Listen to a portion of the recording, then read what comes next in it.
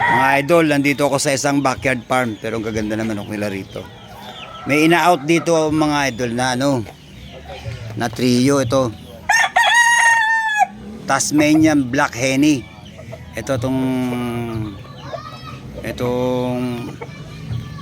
Itong kak niya.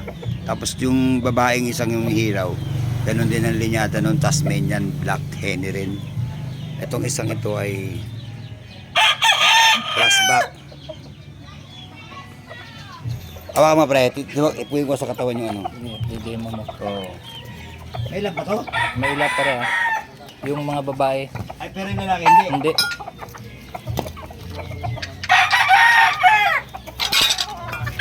Tingnan natin kung maganda ba sa hipo.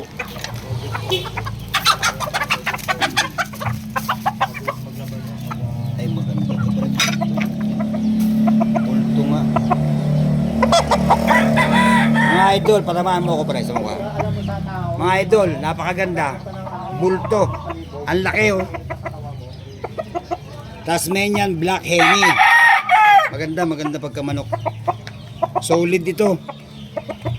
Walang issue. Mahirap maghanap ng ganitong kulay. Ganda.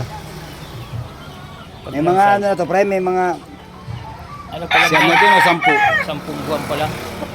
Maganda. Magkano to?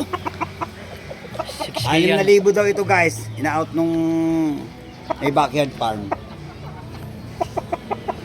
6K trio. Trio.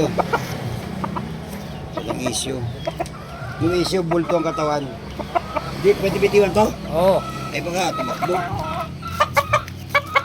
Medyo mahirap eh. Tasmanian. Kumahan mo ko pre.